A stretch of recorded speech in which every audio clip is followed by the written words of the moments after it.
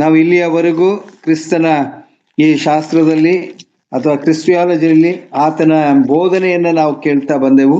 The teaching of Jesus Christ. ಇವತ್ತು the command of Jesus Christ, Yesu ಕ್ರಿಸ್ತನ ಆಜ್ಞೆಗಳು ಎಂಬುದಾಗಿ.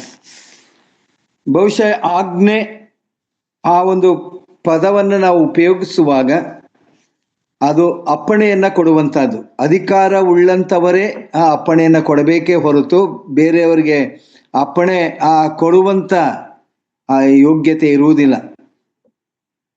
ಅಧಿಕಾರ ಇರುವಂಥವರು ಆಜ್ಞೆ ಮಾಡಲಿಕ್ಕೆ ಖಂಡಿತವಾಗಿ ಅದು ಸಾಧ್ಯ. ಈ ಆಜ್ಞೆಯನ್ನು ನಾವು ನೆನಪು ಮಾಡುವಾಗ ಆಜ್ಞೆಯ ಹಿಂದೆ ಇರುವಂಥ ಸಂಗತಿಗಳು ಏನು ಎಂಬುದಾಗಿ ನಾವು ಅಭ್ಯಾಸ ಮಾಡಲಿಕ್ಕೆ ನಾವು ಹೋಗ್ತೇವೆ. ನಾವು ಹಳೆ ಒಡಂಬಡಿಕೆಯಲ್ಲಿಯೂ ಹೊಸ ಒಡಂಬಡಿಕೆಯಲ್ಲಿಯೂ ದೇವರ ಆಜ್ಞೆಗಳನ್ನು ಒಂದು ವೇಳೆ ಪ್ರಾರಂಭದಿಂದ ಆದಿಕಾಂಡದಿಂದ ಮಲಾಕಿಯನವರೆಗೂ, ಮತ್ತಾಯನು ಬರೆದ ಸುವಾರ್ತೆಯಿಂದ ಪ್ರಕಟಣೆಯವರೆಗೂ ವಿಧ ವಿಧವಾದಂಥ ಆಜ್ಞೆಗಳನ್ನು ನಾವು ಸತ್ಯವೇದದಲ್ಲಿ ಕಾಣ್ತೇವೆ. ಎಲ್ಲವನ್ನ ಅಭ್ಯಾಸ ಮಾಡಲಿಕ್ಕೆ ಸಾಧ್ಯ ಇಲ್ಲ. ಆದರೆ ಆಜ್ಞೆಯ ಹಿಂದೆ ಇರುವಂಥ ಉದ್ದೇಶ ಯಾವುದು ಎಂಬುದಾಗಿ ಅರ್ಥ ಮಾಡಿಕೊಂಡು, ಯಾಕೆ ದೇವರು ಅಥವಾ ನಮ್ಮ ಕರ್ತನಾದಂಥ ಯೇಸು ಕ್ರಿಸ್ತನು ಆಜ್ಞೆಗಳನ್ನು ಆತನು ಕೊಡುತ್ತಿದ್ದನು ಅನ್ನುವಂಥದ್ದನ್ನು ನೆನಪು ಮಾಡುತ್ತಾ, ಒಂದು ವೇಳೆ ಇದು ನಮ್ಮ ಜೀವಿತಕ್ಕೆ ಅದು ಅನ್ವಯವಾಗ್ತದ, ನಾವು ಅದನ್ನು ಈಗಾಗಲೇ ಹಿರಿಯರಾದಂಥ ಜಯರಾಜಣ್ಣ ಅವರು ಪ್ರಾರ್ಥನೆ ಮಾಡುವಾಗ ಅದನ್ನು ಅಳವಡಿಸಿಕೊಳ್ಳುವಂತೆ, ನಮ್ಮ ಜೀವಿತದಲ್ಲಿ ಅದನ್ನು ಹೊಂದಿಕೊಳ್ಳುವಂತೆ ಕರ್ತನು ಈ ಆಜ್ಞೆಯ ಮೂಲಕ ನಮ್ಮನ್ನು ಬಲಪಡಿಸುವ ಹಾಗೆ ನಾವು ಇದರಲ್ಲಿ ಅಭ್ಯಾಸ ಮಾಡುವಂಥವರು ಆಗಿರೋಣ. ಯೇಸು ಕ್ರಿಸ್ತನ ಆಜ್ಞೆಗಳನ್ನು ನಾವು ನೋಡುವ ಮೊದಲು ಇಂಟ್ರೊಡಕ್ಷನ್ ಆಗಿ ಹಳೆ ಒಡಂಬಡಿಕೆಯಲ್ಲಿರುವಂತಹ ಕೆಲವು ಆಜ್ಞೆಗಳನ್ನು ನಾವು ನೋಡುತ್ತಾ ಅಭ್ಯಾಸ ಮಾಡುತ್ತಾ ನಾವು ಬರೋಣ. ಹಾಗಾದರೆ ಆಜ್ಞೆಯ ಹಿಂದೆ ಉದ್ದೇಶ ಏನು ಎಂಬುದಾಗಿ ಹೇಳುವಾಗ, ಪಾಪದಿಂದ ನೀತಿಯ ಕಡೆಗೆ ಬರಬೇಕೆಂಬುದಾಗಿ ಒಂದು ಉದ್ದೇಶ, ದೇವರ ಕಡೆಗೆ ತಿರುಗಿಕೊಳ್ಳಬೇಕು ಎಂಬುದಾಗಿ ಇನ್ನು ಮತ್ತೊಂದು ಉದ್ದೇಶ, ಆಜ್ಞೆಯ ಮೂಲಕ ಪಶ್ಚಾತ್ತಾಪವನ್ನು ಪಡಬೇಕು ಎಂಬುದಾಗಿ ದೇವರ ಆಜ್ಞೆ ನಮಗೆ ಅದನ್ನು ಕೊಡುವಂಥದ್ದಾಗಿದೆ. ಆಜ್ಞೆಯ ಹಿಂದೆ ನಂಬಿಕೆ ಬಹಳ ಶ್ರೇಷ್ಠವಾದದ್ದು. ಆ ನಂಬಿಕೆ ನಮ್ಮಲ್ಲಿ ಕಾರ್ಯ ಮಾಡುವಂಥದ್ದು ಅದಾಗಿದೆ. ಹಾಗಾದರೆ ಆಜ್ಞೆಯನ್ನು ಪರಿಪಾಲನೆ ಮಾಡುವಾಗ ನಮಗೆ ಏನು ಲಾಭ, ನಮಗೆ ಏನು ಸಿಗ್ತದೆ? ದೇವರ ವಾಕ್ಯ ಹೇಳ್ತದೆ ಏನು ಸಿಗ್ತದೆ ಅನ್ನುವಂಥದ್ದನ್ನು ಅಭ್ಯಾಸ ಮಾಡಲಿಕ್ಕೆ ನಾವು ಹೋಗೋಣ. ಹಾಗಾದರೆ ಬೇಕಾದಷ್ಟು ಆಜ್ಞೆಗಳನ್ನು ನಾವು ಕಾಣ್ತೇವೆ ಪ್ರಿಯರೇ. ಕೆಲವು ಸಂಗತಿಗಳು, ಒಂದು ಎರಡು ಈ ಪ್ರಾರಂಭದಲ್ಲಿ ನಾನು ನಿಮಗೆ ಹಳೆ ಒಡಂಬಡಿಕೆಯ ಮೂಲಕ ದೇವರು ಕೊಟ್ಟಂತ ಅಪ್ಪಣೆ ಅಥವಾ ಆಜ್ಞೆ, ಇದನ್ನ ನಾವು ನೋಡುತ್ತಾ ಹೋಗೋಣ ಪ್ರಿಯರೇ. ಪ್ರಾರಂಭದಲ್ಲಿ ಆದಿಕಾಂಡಗಳ ಪುಸ್ತಕ 2ನೇ ಅಧ್ಯಾಯಕ್ಕೆ ನಾವು ಬರುವಾಗ, ದೇವರು ಮನುಷ್ಯನನ್ನ ಉಂಟು ಮಾಡಿ ಮನುಷ್ಯನನ್ನ ಬಾಯಿ ಮಾತಿನಲ್ಲಿ ಉಂಟು ಮಾಡದೆ ಮಣ್ಣಲ್ಲಿ ಆತನು ತೆಗೆದುಕೊಂಡು ನಮ್ಮ ಸ್ವರೂಪಕ್ಕೆ ನಮ್ಮ ಹೋಲಿಕೆಗೆ ತಕ್ಕ ಹಾಗೆ ಉಂಟು ಮಾಡೋಣ ಎಂಬುದಾಗಿ ಅಂದುಕೊಂಡು ತನ್ನದೇ ಆದಂಥ ಆಲೋಚನೆಯಲ್ಲಿ, ತನ್ನದೇ ಆದಂಥ ಆ ಒಂದು ರೀತಿಯಲ್ಲಿ ಆತನು ಮಣ್ಣಿನಿಂದ ಮನುಷ್ಯನನ್ನ ಆತನು ಒಂದು ವೇಳೆ ಆ ಮಣ್ಣಿನ ಮುದ್ದೆಯಲ್ಲಿ ಮನುಷ್ಯನ ಆಕಾರವಾಗಿ ಆತನು ಉಂಟು ಮಾಡುತ್ತಾ ತನ್ನ ಜೀವಶ್ವಾಸವನ್ನು ಆತನು ಊದಿದಾಗ ಆತನು ಬದುಕುವ ಪ್ರಾಣಿಯಾದನು ಎಂಬುದಾಗಿ ದೇವರ ವಾಕ್ಯದಲ್ಲಿ ನಾವು ನೋಡ್ತೇವೆ. ಈ ಮನುಷ್ಯನನ್ನ ತಾನು ನಿರ್ಮಿಸಿದಂತಹ, ತಾನು ರೂಪಿಸಿದಂತಹ ಅತಿ ಸುಂದರವಾದಂಥ ಏದೇನ್ ತೋಟದಲ್ಲಿ ಆತನನ್ನ ಕರ್ಕೊಂಡು ಹೋಗಿ ಅಲ್ಲಿ ಇಡ್ತಾನೆ. ಇದೆಲ್ಲ ಸ್ಟೋರಿ ನಮಗೆ ಗೊತ್ತುಂಟು. ಆತನು ಅಲ್ಲಿ ಏದೇನ್ ತೋಟದಲ್ಲಿ ಆತನಿಡುವಾಗ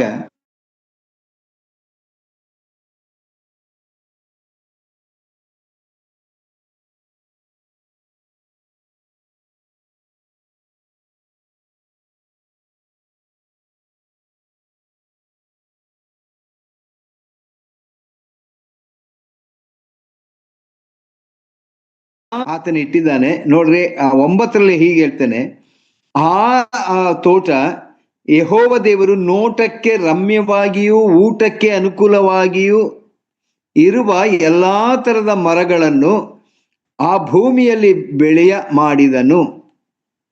ಇದಲ್ಲದೆ ನೋಡ್ರಿ, ಒಂದು ಸಪರೇಟ್ ಆಗಿ ಅಲ್ಲಿ ಒಂದು ಉಂಟು. ಎಲ್ಲ ಮರಗಳನ್ನ ಹೊರತುಪಡಿಸಿ ಒಂದು ಮರ, ಅಲ್ಲಿ ಬೇಕಾದಷ್ಟು ಮರಗಳಿವೆ, ಆದ್ರೆ ಒಂದು ಮರ ಸಪರೇಟ್ ಆಗಿದೆ. ಅದನ್ನ ಆತನು ಹೇಳ್ತಾನೆ, ಅದಲ್ಲದೆ ಆ ವನ ಮಧ್ಯದಲ್ಲಿ ಜೀವದಾಯಕ ವೃಕ್ಷವನ್ನು, ಒಳ್ಳೆಯದರ ಕೆಟ್ಟದರ ಅರುಹನ್ನು ಹುಟ್ಟಿಸುವ ವೃಕ್ಷವನ್ನು ಒಂದು ಮರವನ್ನ ಅಲ್ಲಿ ಬೆಳೆಸಿದನು. ಈ ಬೆಳೆದಂತ ಮರ ಅಂದ್ರೆ ಅಲ್ಲಿ ಇರುವಂತಹ ಈ ವ್ಯಕ್ತಿಗೆ, ಮನುಷ್ಯನಿಗೆ ಎಲ್ಲಾ ತರದ ಮರದ ಹಣ್ಣನ್ನ ತಿನ್ನಬಹುದು ಎಂಬ ಒಂದು ಆಲೋಚನೆ ಇದೆಯೋ ಇಲ್ವೋ ಗೊತ್ತಿಲ್ಲ. ಇನ್ನೂ ಆತನು ಹೇಳಿಲ್ಲ. ಆತನು ಬೆಳೆಸಿದ್ದಾನೆ. ಎಲ್ಲಿ? ಏದೇನ್ ತೋಟದಲ್ಲಿ ಎಲ್ಲಾ ತರದ ಮರದ ಹಣ್ಣುಗಳು, ಅದರ ಮಧ್ಯದಲ್ಲಿ ಒಂದು ವೃಕ್ಷ, ಅದು ಜೀವದಾಯಕವಾದಂಥ ವೃಕ್ಷ, ಒಳ್ಳೆಯದರ ಕೆಟ್ಟದ್ದರ ಅರುಹನ್ನ ಹುಟ್ಟಿಸುವಂತಹ ಒಂದು ಮರ. ಈಗ ಹೋಗೋಣ 6ನೇ ವಚನ. ಇದಲ್ಲದೆ ಯೆಹೋವ ದೇವರು ಆ ಮನುಷ್ಯನಿಗೆ, ನೀನು ತೋಟದಲ್ಲಿರುವ, ಮೇಲೆ ನಾವು ನೋಡಿದ್ದೇವೆ ಎಲ್ಲಾ ತರದ ಹಣ್ಣು ಮರಗಳು ಉಂಟು. ಈಗ ಆತನು ಸ್ಪಷ್ಟವಾದಂತ ರೀತಿಯಲ್ಲಿ ಆ ಮನುಷ್ಯನಿಗೆ ಕೊಡುವಂತಹ ಒಂದು ಅಪ್ಪಣೆ, ಎಲ್ಲ ತರದ ಮರದ ಹಣ್ಣುಗಳನ್ನು ಯಥೇಚ್ಛವಾಗಿ ತಿನ್ನಬಹುದು. ಯಾವ ಕಂಡೀಷನ್ ಇಲ್ಲ, ಎಷ್ಟು ಬೇಕಾದ್ರೂ ತಿನ್ನಬಹುದು. ಅದು ಇಷ್ಟು ತಿನ್ನು, ಇದು ಇಷ್ಟು ತಿನ್ನು ಅಂತ ಹೇಳಿಲ್ಲ. ಎಲ್ಲ ಮರದ ಹಣ್ಣುಗಳು ಅಲ್ಲಿ ಇರುವಾಗ ನೀನು ಬೇಕಾದಷ್ಟು ಹಣ್ಣುಗಳನ್ನ ತಿನ್ನಬಹುದು. ಇದು ಒಂದು ಭಾಗ. ಆಮೇಲೆ ಆತನು ಹೇಳ್ತಾನೆ, 2ನೇ ಭಾಗಕ್ಕೆ ಬರುವಾಗ, ಒಳ್ಳೆಯದರ ಕೆಟ್ಟದರ ಅರುಹನ್ನು ಹುಟ್ಟಿಸುವ ಮರದ ಹಣ್ಣನ್ನು ಮಾತ್ರ ತಿನ್ನಬಾರದು. ಒಂದು ವೇಳೆ, ಇದು ನನ್ನ ಅನಿಸಿಕೆ, ಆ ಒಂಟಿ ಮರ ಇದೆಯಲ್ಲ, ಆ ಮರವನ್ನ ತೋರಿಸಿ ನೆನ್ಪು ಮಾಡಿಕೊಳ್ಳೋಣ. ಎಲ್ಲ ತರದ ಮರಗಳ ಹಣ್ಣುಗಳನ್ನ ತಿನ್ನಬಹುದು ಎಂಬುದಾಗಿ ಹೇಳಿದಂತ ಕರ್ತನು ಇಲ್ಲಿ ಆತನಿಗೆ ಹೇಳುವಂತ ಒಂದು ಮಾತು, ಆದರೆ ಆತನು ಹೀಗೆ ಹೇಳಬಹುದು, ಒಳ್ಳೆಯದರ ಕೆಟ್ಟದರ ಅರುಹನ್ನ ಹುಟ್ಟಿಸುವ ಮರದ ಹಣ್ಣನ್ನ ಮಾತ್ರ ತಿನ್ನಬಾರದು. ಇದು ಅಪ್ಪಣೆ. ಮಾತ್ರ ಅನ್ನುವಂಥದ್ದೇ ಆ ಆಜ್ಞೆಯ ಬಹಳ ಗಂಭೀರವಾದಂತ ಮಾತು. ಹಣ್ಣನ್ನ ತಿನ್ನಬಾರದು ಅಂತ ಹೇಳಲಿಲ್ಲ, ಮಾತ್ರ ತಿನ್ನಬಾರದು. ಮಾತ್ರ ಪರ್ಟಿಕ್ಯುಲರ್ ಆಗಿ ಆತನಿಗೆ ಹೇಳುವಂತ ಅಪ್ಪಣೆ ಯಾವುದು ಎಂಬುದಾಗಿ ಹೇಳುವಾಗ ಅದನ್ನ ಮಾತ್ರ ತಿನ್ನಬಾರದು. ಇದು ದೇವರು ಪ್ರಾರಂಭದಲ್ಲಿ ಮನುಷ್ಯನಿಗೆ ಕೊಟ್ಟಂತ ಅಪ್ಪಣೆಯಾಗಿದೆ, ಆತನ ಆಜ್ಞೆಯಾಗಿದೆ. ಮತ್ತೆ ಎಚ್ಚರಿಕೆಯನ್ನ ಕೊಡ್ತಾ ಇದ್ದಾನೆ. ಅದನ್ನ ಮಾತ್ರ ತಿನ್ನಬಾರದು. ರಿಸಲ್ಟ್ ಏನು? ನೀನು ತಿಂದ್ರೆ ಆ ರಿಸಲ್ಟ್, ಆಜ್ಞೆಯನ್ನ ಪರಿಪಾಲನೆ ಮಾಡದೆ ಅದನ್ನ ತಿನ್ನುವುದಾದರೆ ತಿಂದ ದಿನ ಸತ್ತೇ ಹೋಗುವಿ. ನೋಡ್ರಿ, ಆಜ್ಞೆಯ ಹಿಂದೆ ಅನೇಕ ಉದ್ದೇಶಗಳನ್ನ ನಾವು ನೋಡ್ತೇವೆ ಪ್ರಿಯರೇ. ಇದು ಆತ್ಮೀಕವಾದಂತ ಸಂಗತಿ ಆಗಿರುವಾಗ ನನಗೆಲ್ಲವನ್ನ ಕೊಟ್ಟಿರುವಂತ ದೇವರಿಗೆ ಬೇಡವಾದಂತ ವಿಷಯಗಳು ನಮ್ಮ ತಿಳುವಳಿಕೆಗೆ ಬರುವುದಾದರೆ, ನಾವು ಆ ತಿಳುವಳಿಕೆಯನ್ನ, ದೇವರಿಗೆ ಇಷ್ಟವಿಲ್ಲದೆ ಇರುವಂತ ಸಂಗತಿಗಳು ನಾನು ಅಥವಾ ನಾವುಗಳು ಮಾಡಬಾರದು ಅನ್ನುವಂಥ ಒಂದು ಕಾನ್ಸೆಪ್ಟ್. ಈಗ ದೇವರು ಅದನ್ನ ಸ್ಪಷ್ಟವಾದಂಥ ರೀತಿಯಲ್ಲಿ ಅದನ್ನ ಮಾತ್ರ ತಿನ್ನಬಾರದು ಎಂಬುದಾಗಿ ಹೇಳಿ, ತಿಂದರೆ ದ ರಿಸಲ್ಟ್ ಈಸ್, ಆತನು ಹೇಳ್ತಾನೆ, ತಿಂದ ದಿನ ಸತ್ತೇ ಹೋಗುವಿ. ಬಹಳ ಒಂದು ಸ್ವಲ್ಪ ಕಠಿಣವಾದಂಥ ಒಂದು ಮಾತು. ತಿಂದ ದಿನ ಸತ್ತೇ ಹೋಗುವಿ ಎಂಬುದಾಗಿ ಆತನು ಅಪ್ಪಣೆಯನ್ನ ಕೊಡುವಂಥದ್ದನ್ನ ನಾವಿಲ್ಲಿ ನೋಡ್ತೇವೆ ಪ್ರಿಯರೇ. ಹಾಗಾದ್ರೆ ದೇವರು ಈ ಮನುಷ್ಯನಿಗೆ ಕೊಟ್ಟಂತ ಈ ಅಪ್ಪಣೆ, ಅದನ್ನ ಆತನು ಎಷ್ಟು ಕಾಲ ಆತನು ಪರಿಪಾಲನೆ ಮಾಡುತ್ತಾ ಬಂದನೋ ನಮಗೆ ಗೊತ್ತಿಲ್ಲ. ಬಹುಶಃ ಇರಬಹುದು. ಯಾಕಂದ್ರೆ ಸೈತಾನನು ಆ ತೋಟದೊಳಗೆ ಪ್ರವೇಶ ಮಾಡುವ ಮೊದಲು ಆತನಿಗೆ ಸರಿ ಬೀಳುವಂತಹ ಸಹಕಾರಿಣಿ ಬಂದ ನಂತರ ಅವರು ದೇವರ ಆಜ್ಞೆಯನ್ನ ಪರಿಪಾಲನೆ ಮಾಡುತ್ತಾ ಇದ್ರು ಅನ್ನುವಂಥದ್ದು ಇರಬಹುದೇನೋ. ಆದರೆ ಸೈತಾನನು ಪ್ರವೇಶ ಆದ ನಂತರ ಆದಂತ ಘಟನೆಯನ್ನು ನಾವು ಅವಲೋಕಿಸುವಾಗ ಆತನು ಬಂದದ್ದು ಆದಾಮನ ಬಳಿಗೆ ಅಲ್ಲ, ದೇವರ ಅಪ್ಪಣೆಯನ್ನ ಕೊಟ್ಟಿರುವಂತಹದ್ದು ಆದಾಮನಿಗೆ. ತಿನ್ನಬಾರದು ಎಂಬುದಾಗಿ ಸ್ಪಷ್ಟವಾಗಿ ಹೇಳಿರುವಂತಹದ್ದು ಆದಾಮನಿಗೆ. ಈಗ ಸೈತಾನ ಆತನಿಗೆ ಸರಿ ಬೀಳುವಂತ ಸಹಕಾರಿಣಿಯನ್ನ ಕೊಟ್ಟಂತ ಸ್ತ್ರೀಯ ಬಳಿಗೆ ಆತನು ಬರ್ತಾನೆ. ಯಾಕೆ ಸರಿ ಬೀಳುವಂತ ಸಹಕಾರಿಣಿ ಎಂಬುದಾಗಿ ನಾನು ಹೇಳ್ತಾ ಇದ್ದೀನಿ ಅಂತಂದ್ರೆ ಮುಂದೆ ನಾವು ಅದನ್ನ ನೋಡ್ತೇವೆ. ಸೈತಾನನ ಪ್ರವೇಶವಾಗಿ ಆತನು ಪ್ರಚೋದನೆಯ ಮಾತುಗಳನ್ನ ಹೇಳುವಂತದ್ದನ್ನ ನಾವಿಲ್ಲಿ ವಾಕ್ಯದಲ್ಲಿ ನಾವು ನೋಡ್ತೇವೆ. ದೇವರು ಹೇಳಿದ್ದೆಲ್ಲದಕ್ಕೂ ವಿರುದ್ಧವಾದಂತ ಆಲೋಚನೆಗಳನ್ನ ಆತನು ಕೊಡ್ತಾನೆ. ದೇವರು ಸರಿ ಎಂಬುದಾಗಿ ಹೇಳಿದ್ದು ಅದು ತಪ್ಪು ಎಂಬುದಾಗಿ ನಮ್ಮ ಜೀವಿತದಲ್ಲಿ ಆತನು ಮಾಡುವಂತ ಅನೇಕ ಘಟನೆಗಳನ್ನು ನಾವು ನೆನಪಿಗೆ ತರ್ತೇವೆ ಪ್ರಿಯರೇ. ದೇವರು ನಮ್ಮ ಜೀವಿತದಲ್ಲಿ ಏನು ಆತನ ಚಿತ್ತ ಏನಿತ್ತೋ ಆ ಚಿತ್ತಕ್ಕೆ ವಿರುದ್ಧವಾದಂತ ರೀತಿಯಲ್ಲಿ ವರ್ತಿಸುವಂತವನು ಈ ಸೈತಾನ.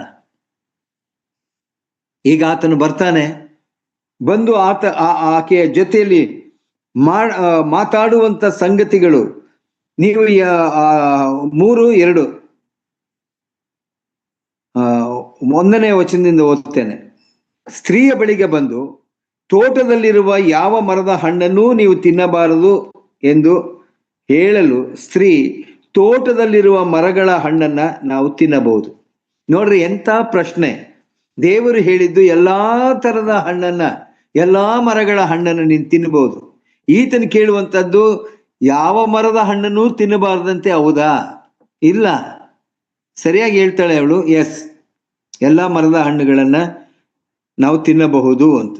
ಆದರೆ ತೋಟದ ಮಧ್ಯದಲ್ಲಿರುವ ಆ ಮರದ ಫಲದ ವಿಷಯವಾಗಿ ಅದನ್ನ ತಿನ್ನಲು ಕೂಡದು, ಮುಟ್ಟಲು ಕೂಡದು, ತಿಂದರೆ ಸಾಯುವಿರಿ ಎಂದು ದೇವರು ಹೇಳಿದ್ದಾನೆ. ಇವಳಿಗೆ ಹೇಳಿದ್ನಾ? ಇಲ್ಲ. ಆದಾಮನಿಗೆ ಹೇಳಿದಂತ ಮಾತನ್ನ ಈ ಸ್ತ್ರೀ ರಿಪೀಟ್ ಮಾಡ್ತಾ ಇದ್ದಾಳೆ. ಮುಟ್ಟುವುದು ಅದನ್ನ ಸೇರಿಸ್ತಾಳೆ. ತಿನ್ನುವಾಗ ಮುಟ್ಲೇಬೇಕಲ್ವಾ, ಮುಟ್ಟದೆ ತಿನ್ನಕ್ಕಾಗಲ್ಲ. ಈಕೆ ಹೇಳುವಂತ ಮಾತು ದೇವರು ಹೇಳಿದ್ದಾನೆ. ಯಾರಿಗೆ ಹೇಳಿದ್ದಾನೆ? ಆದಾಮನಿಗೆ ಹೇಳಿದ್ದಾನೆ. ಬಹುಶಃ ಆದಾಮ ಇವಳಿಗೆ ಹೇಳಿರಬಹುದೇನು. ಮತ್ತೆ ಮುಂದುವರಿಸ್ತಾರೆ, ಇದು ದೇವರಿಗೆ ಚೆನ್ನಾಗಿ ತಿಂದರೆ ಸಾಯುವಿರಿ ಅಂತ ಹೇಳಿದಾಗ ಆ ಸರ್ಪ ಅಥವಾ ಸೈತಾನ ನೀವು ಹೇಗೂ ಸಾಯುವುದಿಲ್ಲ ಕನ್ಫರ್ಮ್ ಮಾಡ್ತಾನೆ. ದೇವರು ಹೇಳಿದ್ದು ಸುಳ್ಳು, ನೀವು ಸಾಯುವುದಿಲ್ಲ ಅಂದ್ರೆ ಅರ್ಥ ತಿನ್ನೋಡಿ ಅಂತ ಅರ್ಥ. ಬೇಕಾದ್ರೆ ಒಂದು ಪರೀಕ್ಷೆಯನ್ನ ಮಾಡಿ ತಿಂದು ನೋಡ್ರಿ. ಇದರ ನಡುವೆ ನಾನು ನಿಮ್ಮ ಜೊತೆಯಲ್ಲಿ ಹೇಳುವಂತ ಮಾತು, ಇಲ್ಲಿಯವರೆಗೂ ದೇವರ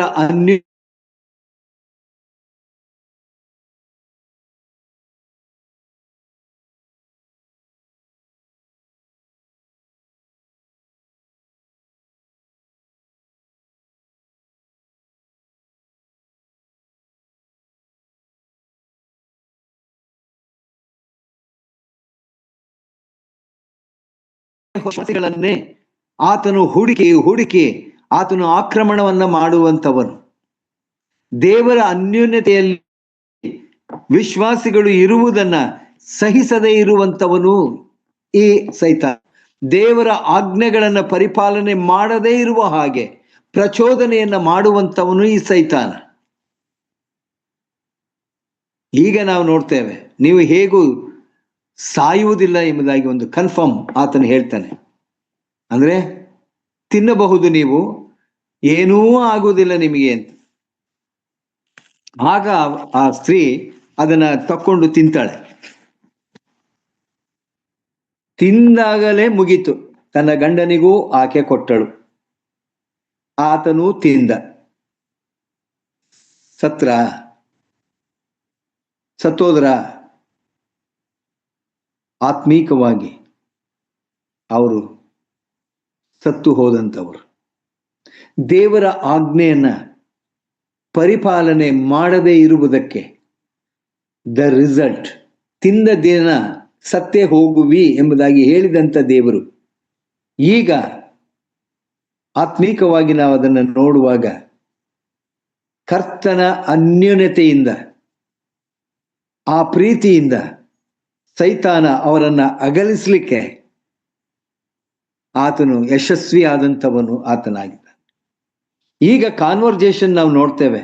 ದೇವರಿಗೂ ಆ ಮನುಷ್ಯನಿಗೂ ಆ ಸ್ತ್ರೀಯ ನಡುವೆ ನಡೆಯುವಂತ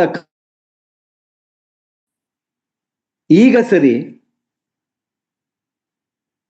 ಸರಿ, ಈಕೆ ನನ್ನ ಎಲುಬಿನಿಂದ ಬಂದ ಎಲುಬು, ನನ್ನ ಮಾಂಸದಿಂದ ಬಂದ ಮಾಂಸ. ಈಗ ಸರಿ, ಅದನ್ನ ದೃಢಪಡಿಸ್ತಾನೆ ಆದಾಮ. ಬನ್ನಿ 3ನೇ ಅಧ್ಯಾಯ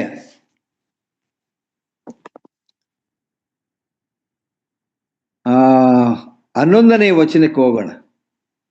ನೀನು ಬೆತ್ತಲೆಯಾಗಿದ್ದಿ ಎಂದು ನಿನಗೆ ತಿಳಿಸಿದವರು ಯಾರು? ಅದಾಯ್ತು. ತಿನ್ನಬಾರದು ಎಂದು ನಾನು ನಿನಗೆ, ನೋಡ್ರಿ ಪದ, ಆಜ್ಞಾಪಿಸಿದ ಆಜ್ಞೆ.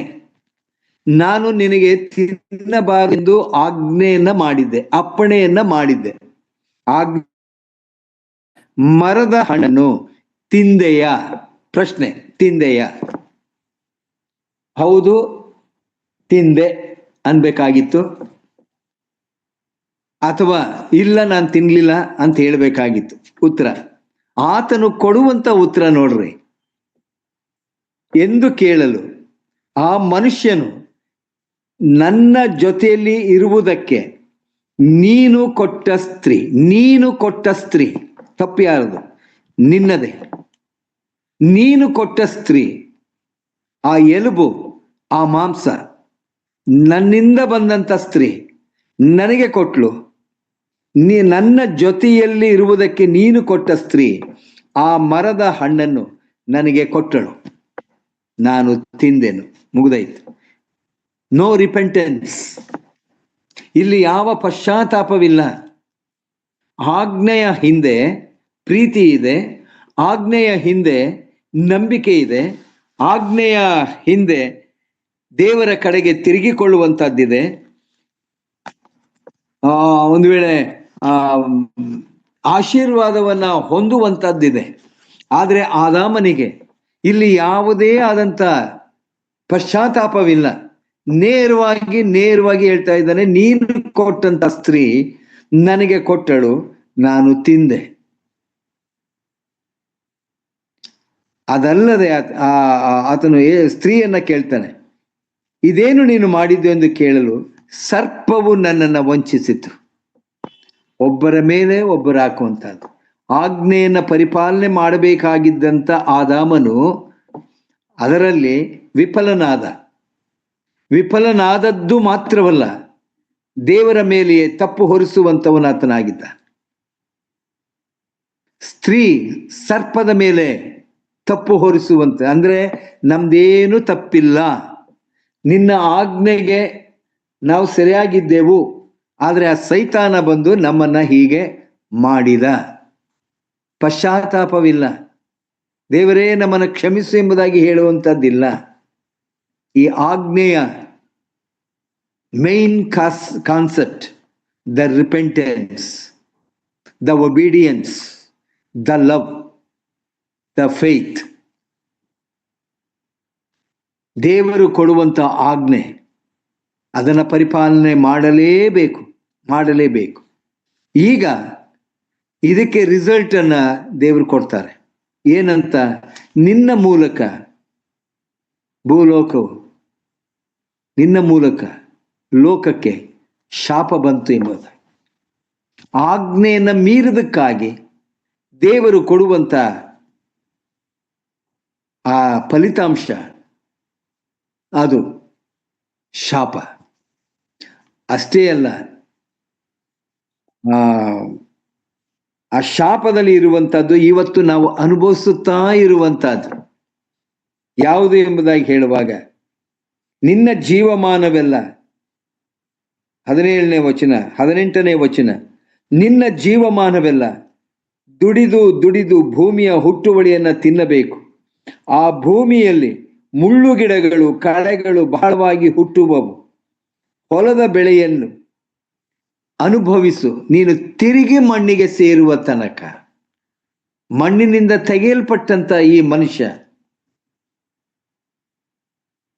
ತಿರುಗಿ ಮಣ್ಣಿಗೆ ಸೇರುವ ತನಕ ಜೀವಮಾನವೆಲ್ಲ, ಅಂದರೆ ಮನುಷ್ಯ ಕುಲ ಜೀವಮಾನವೆಲ್ಲ ದುಡಿದು ತಿನ್ನಲೇಬೇಕು.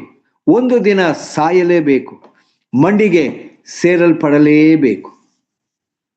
ಆಜ್ಞೆಯನ್ನ ಆತನು ಪರಿಪಾಲನೆ ಮಾಡದೇ ಇರುವುದರಿಂದ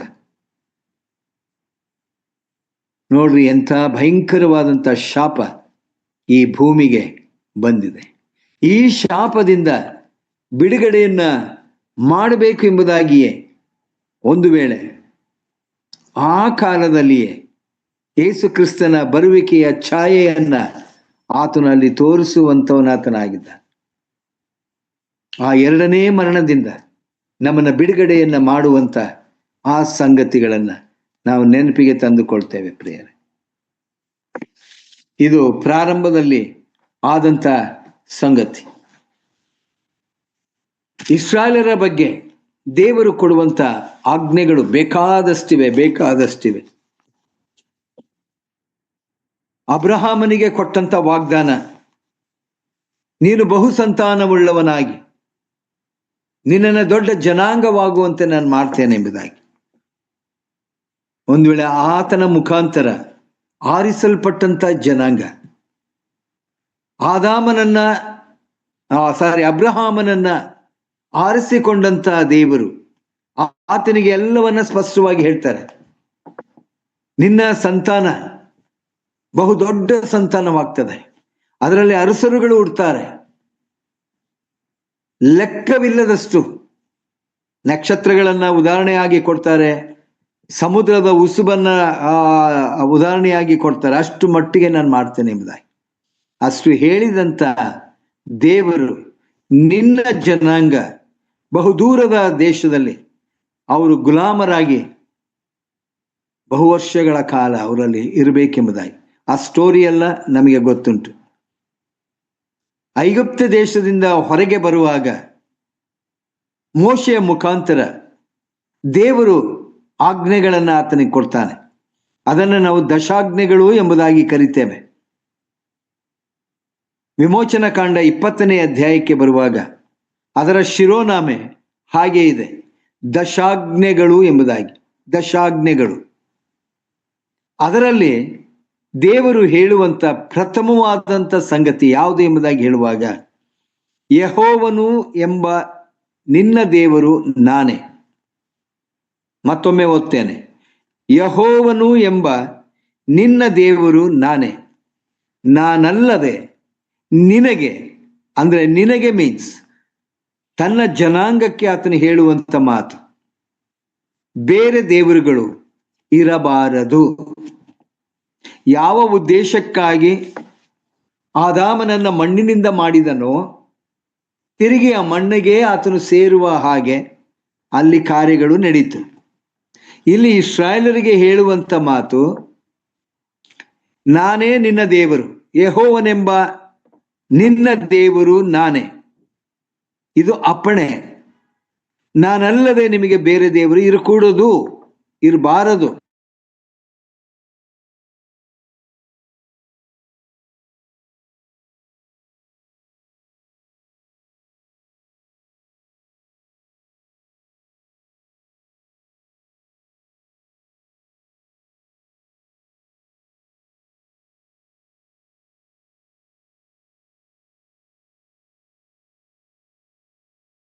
ಅಲ್ಲಿ ಆತನು ಹೇಳ್ತಾನೆ.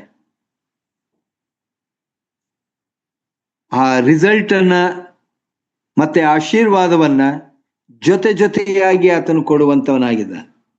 ಎರಡನೇದಾಗಿ ನೋಡ್ತೀವಿ, ನನ್ನನ್ನು ಪ್ರೀತಿಸಿ ನನ್ನ ಆಜ್ಞೆಗಳನ್ನು ಕೈಗೊಳ್ಳುವವರಿಗೋ 1000 ತಲೆಗಳವರೆಗೆ ದಯೆ ತೋರಿಸುವವನಾಗಿಯೂ ಇದ್ದೇನೆ.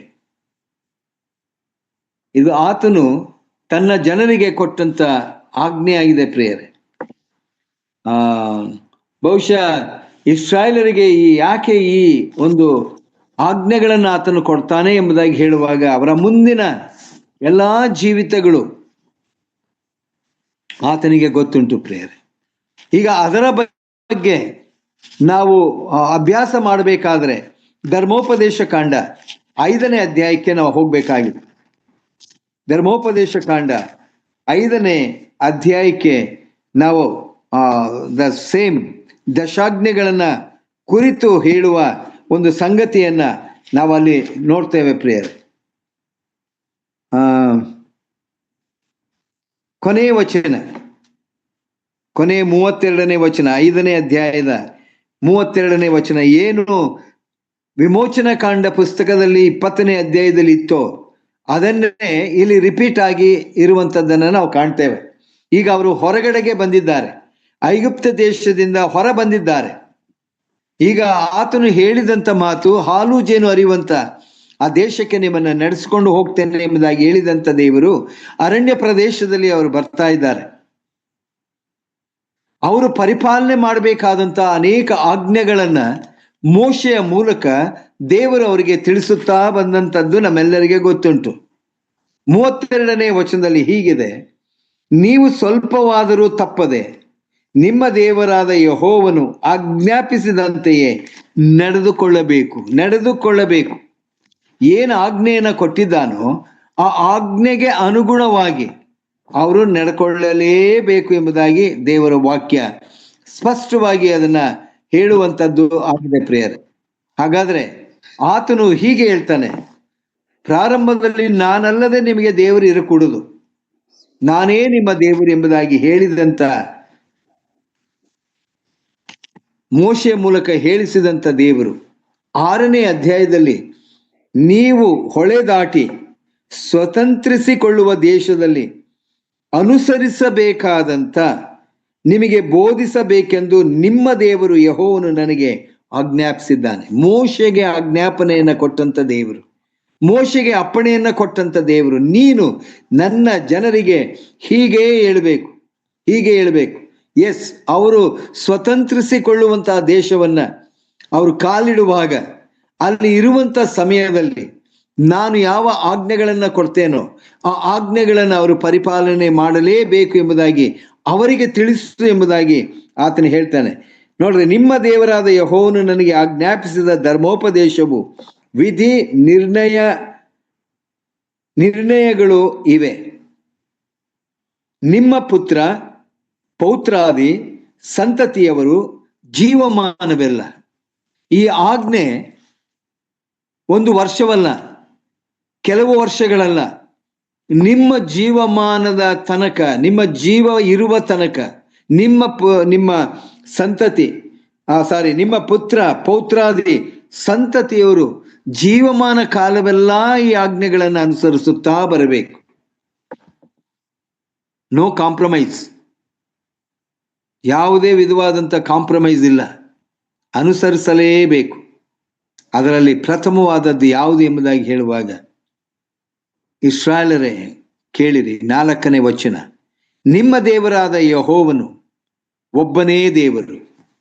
ನೀವು ನಿಮ್ಮ ದೇವರಾದ ಯೆಹೋವನನ್ನು 1 ಪೂರ್ಣ ಹೃದಯದಿಂದಲೂ, 2 ಪೂರ್ಣ ಪ್ರಾಣದಿಂದಲೂ, 3 ಪೂರ್ಣ ಶಕ್ತಿಯಿಂದಲೂ ನೀವು ಪ್ರೀತಿ ಮಾಡಬೇಕು. ಇದು ಇಸ್ರಾಯೇಲರಿಗೆ ಮಾತ್ರವಲ್ಲ ಪ್ರಿಯರೇ, ಇಸ್ರಾಯೇಲರಿಗೆ ಮಾತ್ರವಲ್ಲ, ಸರ್ವಕಾಲಕ್ಕೂ ಸರ್ವರಿಗೂ ಅನ್ವಯಿಸುವಂತಹ ಸಂಗತಿಯಾಗಿದೆ. ಕೇವಲ ಇಸ್ರಾಯೇಲರಿಗೆ ಮಾತ್ರ ಕೊಟ್ಟಂತ ಆಜ್ಞೆ ಇದಾಗ್ಲಿಕ್ಕೆ ಸಾಧ್ಯವೇ ಇಲ್ಲ. ನಾನು ನೀವುಗಳು ನಮ್ಮ ಪುತ್ರ ಪೌತ್ರಾದಿ ನಮ್ಮ ಸಂತತಿ ದೇವರು ನನಗೆ ಕೊಟ್ಟಂತ ಈ ಆಜ್ಞೆಯನ್ನ ನಾವು ಪರಿಪಾಲನೆ ಮಾಡಲೇಬೇಕಾದಂತ ಈ ಒಂದು ಆಜ್ಞೆ ಇದಾಗಿದೆ ಪ್ರಿಯರೇ.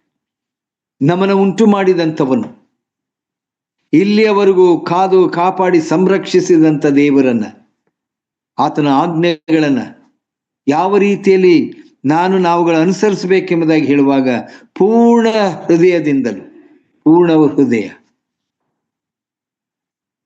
ಒಂದು ವೇಳೆ ನಮ್ಮ ಹೃದಯ ಯಾವ ರೀತಿಯಲ್ಲಿ ಇದೆ ಎಂಬುದಾಗಿ ವೈಯಕ್ತಿಕವಾಗಿ ನಾವುಗಳು ನಮ್ಮನ್ನೇ ನಾವು ಪರೀಕ್ಷೆ ಮಾಡಿಕೊಳ್ಳೋಣ ಪ್ರಿಯರೇ. ಇಲ್ಲಿ ಹೇಳಿರುವಂತಹದ್ದು, ನನ್ನ ಹೃದಯದಲ್ಲಿ ದೇವರಲ್ಲದೆ, ನನ್ನ ಕರ್ತನಲ್ಲದೆ ಬೇರೆಯವರಿಗೆ ಸ್ಥಾನವಿಲ್ಲ ಅನ್ನುವಂಥ ಒಂದು ಕಾನ್ಸೆಪ್ಟ್. ಈ ಹೃದಯದಲ್ಲಿ ತುಂಬಿಕೊಂಡಿರುವಂತ ಏನೇನ್ ಸಂಗತಿಗಳು ನಮ್ಮ ಹೃದಯದಲ್ಲಿ ಇದೆ ಎಂಬುದಾಗಿ ವೈಯಕ್ತಿಕವಾಗಿ ನಮಗೆ ಅರಿವಾಗ್ತದೆ ಪ್ರಿಯರೇ, ಏನ್ ತುಂಬಿಕೊಂಡಿದ್ದೇವೆ ಅಂತ. ಆದ್ರೆ ದೇವರು ಹೇಳುವಂತಹದ್ದು ಪೂರ್ಣ ಹೃದಯ, ಆತನ ಆಜ್ಞೆ ಅದೇ. ನನಗೆ ನಿಮ್ಮ ಹೃದಯದಲ್ಲಿ ಸ್ಥಾನವಿರಬೇಕೆಂಬುದಾಗಿ ಬಯಸುವಂಥವನು. ಯಾವ ರೀತಿಯಲ್ಲಿ ಅಂದ್ರೆ ಪೂರ್ಣ ಪ್ರಾಣದಿಂದ. ನನ್ನ ಪ್ರಾಣವನ್ನ ನಾನು ಹೇಗೆ ಪ್ರೀತಿ ಮಾಡ್ತೇನೋ, ನಮ್ಮ ಜೀವವನ್ನ ಹೇಗೆ ನಾನು ಪ್ರೀತಿ ಮಾಡ್ತೇನೋ, ಆ ಪ್ರೀತಿ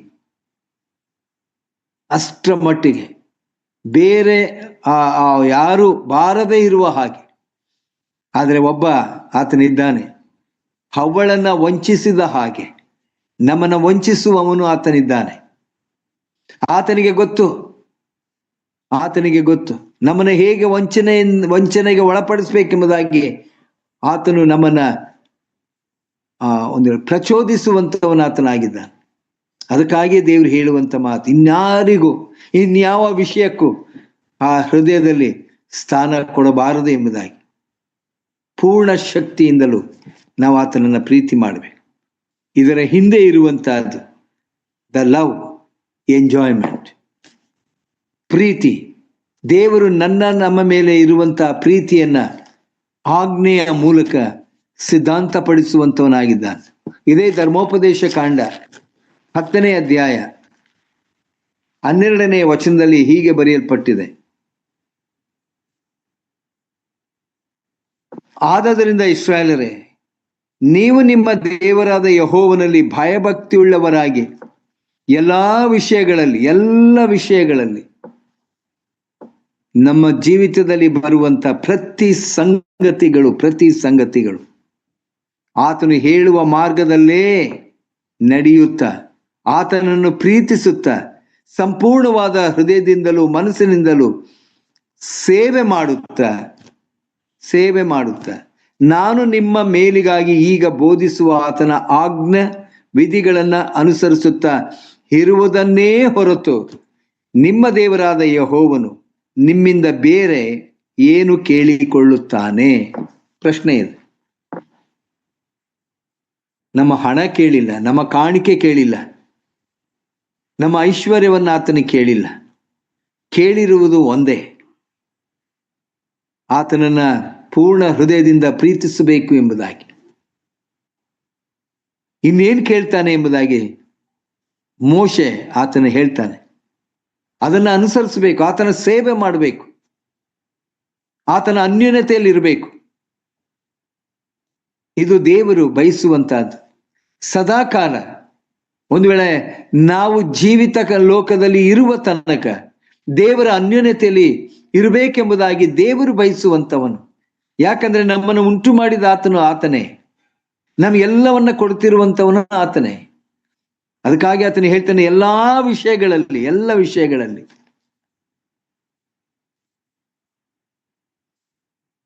ಇಂಥ ದೇವರನ್ನ ಪೂರ್ಣ ಹೃದಯದಿಂದ ನಾವುಗಳು ಆತನ ಆಜ್ಞೆಗನುಸಾರವಾಗಿ ಪ್ರೀತಿಸುವುದಾದರೆ ಆತನು ಹೇಳ್ತಾನೆ, ಎಲ್ಲ ಮೇಲುಗಳನ್ನು ಆತನು ಕೊಡುವಂತ ದೇವರು. ಆತನ ಆಜ್ಞೆಗಳನ್ನು ಪರಿಪಾಲನೆ ಮಾಡುವಾಗ ನಮಗೆ ಆಶೀರ್ವಾದ, ನಮಗೆ ಸುಖ, ನಮಗೆ ಸಮಾಧಾನ, ನಮಗೆ ನೆಮ್ಮದಿಯನ್ನು ಕೊಡುವಂತ ದೇವರು ಆತನಾಗಿದ್ದಾನೆ. ನಾನು ಇಲ್ಲಿಗೆ ನಿಲ್ಲಿಸ್ತೇನೆ ಪ್ರಿಯರೇ. ಈ ಆಜ್ಞೆಗಳು ಬೇಕಾದಷ್ಟಿದೆ. ಪ್ರವಾದಿಗಳ ಮೂಲಕ ಆಜ್ಞೆಗಳನ್ನು ಆತನು ಕೊಡ್ತಾ ಇದ್ದಾನೆ. ಆ ಸಂದೇಶಗಳನ್ನ ಕೊಡುವಾಗ ಬರೀ ಇಸ್ರಾಯೇಲರಿಗೆ ಮಾತ್ರ ಅವರು ತಾನೇ ಅಲ್ಲ, ನನಗೂ ನಮಗೂ ಸಹ ಆ ಆಜ್ಞೆಗಳನ್ನ ಪರಿಪಾಲನೆ ಮಾಡಬೇಕೆಂಬುದಾಗಿ, ಇದರ ಛಾಯೆಯಾಗಿ ಹೊಸ ಒಡಂಬಡಿಕೆಯಲ್ಲಿ ಕ್ರಿಸ್ತನು ಸಹ ನಮಗೆ ಆಜ್ಞೆಗಳನ್ನ ಆತನು ಕೊಡುವಂತವನಾಗಿದ್ದ.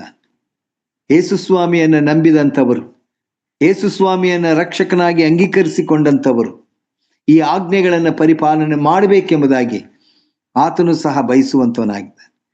ನಮ್ಮ ಮುಂದಿನ ಸಂದೇಶದಲ್ಲಿ ದ ಕಮಾಂಡ್ ಆಫ್ ಕ್ರೈಸ್ಟ್, ಕರ್ತನ ಆಜ್ಞೆಯನ್ನ, ಕ್ರಿಸ್ತನ ಆಜ್ಞೆಯನ್ನ, ಅನೇಕ ಆಜ್ಞೆಗಳನ್ನ ನಾವು ಅಭ್ಯಾಸ ಮಾಡಲಿಕ್ಕೆ ನಾವು ಹೋಗ್ತೇವೆ. ನಾವು ಕೇಳಿದಂಥ ವಾಕ್ಯಗಳ ಮೂಲಕ ನಮ್ಮನ್ನು ನಾವು ಪರೀಕ್ಷೆ ಮಾಡಿಕೊಂಡು ನಾವುಗಳು ದೇವರ ಅನ್ಯೋನ್ಯತೆಯಲ್ಲಿ ಆತನು ಕೊಟ್ಟ ಹಾಗೆ, ಇಸ್ರಾಯೇಲರಿಗೆ ಕೊಟ್ಟ ಹಾಗೆ ನಮ್ಮ ಜೀವಿತದಲ್ಲಿ ನಾವು ನಡ್ಕೊಳ್ಳುತ್ತಿದ್ದೇವೋ ಇಲ್ಲವೋ ಎಂಬುದಾಗಿ ಪರೀಕ್ಷೆ ಮಾಡಿಕೊಂಡು ಕರ್ತನ ಅನ್ಯೋನ್ಯತೆಯಲ್ಲಿ ನಾವು ಜೀವಿಸುವಂತವರಾಗಿರೋಣ. ದೇವರ ವಾಕ್ಯವನ್ನು ಆಶೀರ್ವದಿಸಲಿ. ಆತನ ನಾಮಕ್ಕೆ ಸ್ತೋತ್ರವಾಗಲಿ.